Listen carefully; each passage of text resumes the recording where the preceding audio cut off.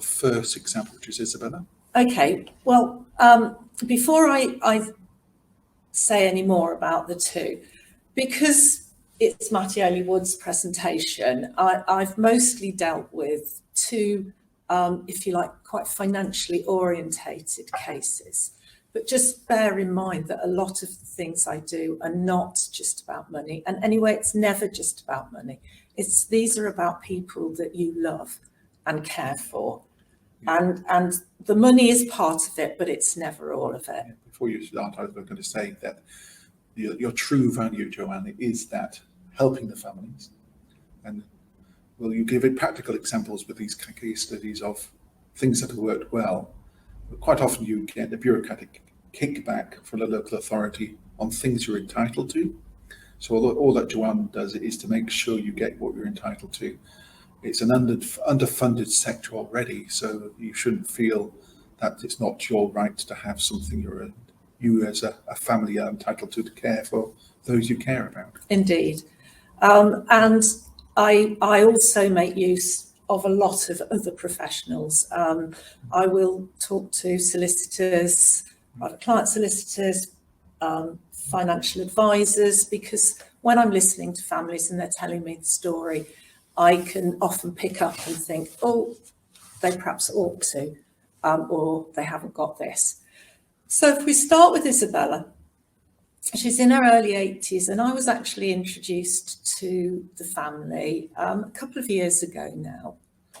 I knew their financial advisor, and her initial contact with me was because she thought that Isabella might be entitled to attendance allowance. Now, attendance allowance is the only non-means tested benefit for someone over state retirement age. And the current rates, the single rate is £60 a week, and the higher rate is £89.60 a week. And I know Eddie has some facts and figures he will impart about that. Well, £90 a week is £4,680 per annum, which is a decent sum. So in this case, you were successful, weren't you, with getting that for Isabella? I was. And that to pay that out of private funds, you need about £117,000 as a lump sum to provide it. So it's not a small victory, but that wasn't where you stopped. No, it wasn't where I stopped. So as often happens, I support families over a period of time, and her dementia has now got much worse, and it has been agreed with both the family and medical teams that she really needs to go into residential care now. She lives with her husband, but he can no longer support her, and he's an elderly gentleman himself. Now, the family have found a care home nearby that they liked, which was approximately £1,100 a week. Now, as I've put there, they're living in a valuable property, and they had a good business when working and have substantial savings, investments and pensions, circa £1 million. £1,100 a week. And I love the way you quote weekly rates at Always. care homes. Makes it sound cheaper, but £57,000 a year. If you're providing that out of income and you're paying basic tax, it's over £71,000 a year. That's right. Now, bear in mind that with the present guidance and law, and we'll talk later about what's been happening recently, you pay for all your own adult social care down to £23,250 that you have in capital, and then a proportion down to £14,250, below which they will take no more money out of your capital, but then they will be looking at your income as well. So we have a breakdown of that for you to have a look at. But first of all, in view of what I've just told you, it would be nice for you just to be thinking about who will be paying for Isabella's care. Okay. So when they came back to me, this family, they said, they actually came back to ask me to help them, just double check the care home and see if there were any other alternatives. So to do the usual background checks I do before I would recommend somewhere for someone to either stay in or have carers into their home. That's a valuable service in itself, I thought. Yeah. Yes, it does. Because often, as I said, it's adult children and they're still working full time, and they may not have young children, but they may have dependent children, And and this sort a of need thing. comes on suddenly, yes. And very often you can be hit by this very suddenly. And it's a hugely emotional time, Yeah.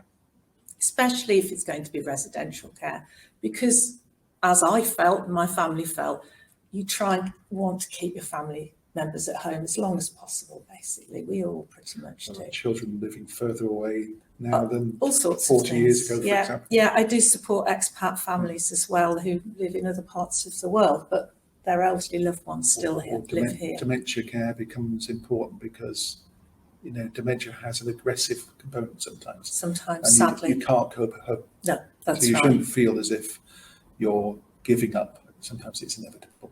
It is. It is. So they had said, because of the figures that you had in the previous slide, they said, well, there's no point in getting adult social care involved because Isabella's bound to be a self-funder, etc., etc. But as long as partner or there are other certain people living in the family home, it's the value of that is disregarded for care costs. And B, because I knew they had a very good financial plan, I didn't really want to make those assumptions until I'd done a full care needs and benefits review on them. So let's not make any assumptions and let's go on to the next slide. So here's Isabella. And I've rounded up figures to keep things relatively simple here. But in terms of Isabella's capital, she's got stocks and shares, a joint bank account and a joint building account. So a lot of people might look at that and say, well, she's got £26,500.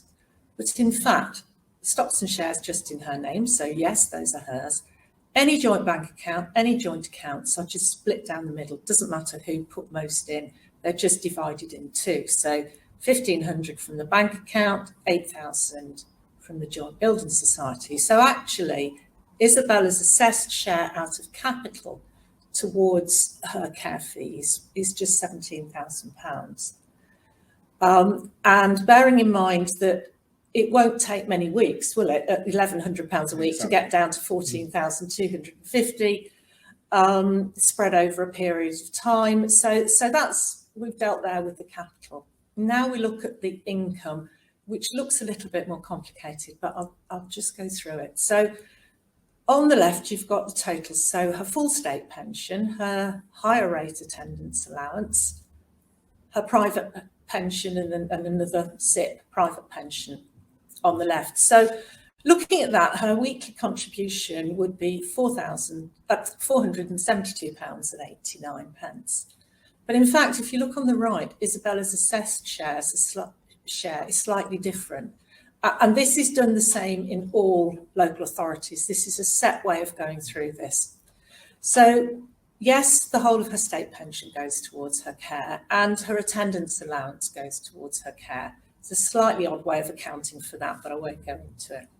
For a private pension, it's only assessed at 50% as being Isabella's to put towards her care fees, because it's acknowledged with private pensions. You can't suddenly whip all this income away from the other person that's still staying in the home, as her husband will be. Expenses to run. There's still expenses to run a property. So those are halved. You are allowed £24.90 a week by the government to pay towards gifts, clothing, getting a haircut, that sort of thing. It's hard to spend that towards the end with my mother-in-law. Yes, it can be. And because she has some savings, she gets what's called a savings credit disregard. So in fact, her assessed income towards her social care is £295.24. So not quite as much as the family had assumed in either the capital. Well, there's hundreds of thousands of pounds down to 17,000 and a fairly nominal income level. Yeah. So also, because there'd been good financial planning in place, and not to exclude options, but it had been done for inheritance tax purposes. So timing and intent is important, because you cannot deprive yourself of assets for care. Just because That's you know against you're the getting, law. just because you're approaching a mean tested benefit doesn't mean that you can move money out of No, absolutely out not. of reach. And this, in this case, inheritance tax planning was done before any need for care was even on the horizon. Yes, it had been done sensibly during their lifetime. Yeah. Yeah, that's right. So if we now have a look at the next slide. So following the previous information that I've given you, and Eddie has expanded on kindly for in terms of the gross amounts, if you like. So the care home we've chosen, and actually it turned out to be suitable, and I agreed with the family that adult social care, having done a care needs for Isabella, agreed that it would meet her needs at £1,100 a week. Now, adult social care in the particular county that Isabella was in will not pay more than £850 a week towards care home funding. That's very common, isn't it? And it's a common figure. I mean, it is a bit more in some parts that are more expensive, but not hugely. So we worked out that her contribution from capital is going to be £2,750, and they'll take that on a tariff basis spread over a period of time. But her contribution from income is £295.24 a week. So adult social care agreed with the calculations I'd done and said that they would contribute £554.76 a week to make up to the £850 a week.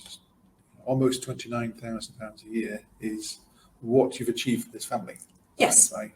that's Putting right. them through the process Yeah. and making sure they claimed it instead of assuming that they're going to be Making the self-funders. assumption. Yeah. Absolutely. And the self-funding, if you go on for £1,100 a week, imagine that Isabella's in care for 3 years, 3 lots of 57,000, 171 and a bit, £1,000, and trying to fund that yourself, just put it in perspective on the added value of Joanne.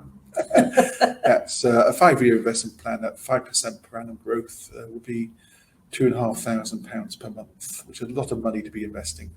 And if you put it in cash, you need even a lot more than that because you don't get the investment growth. No. But that just shows we've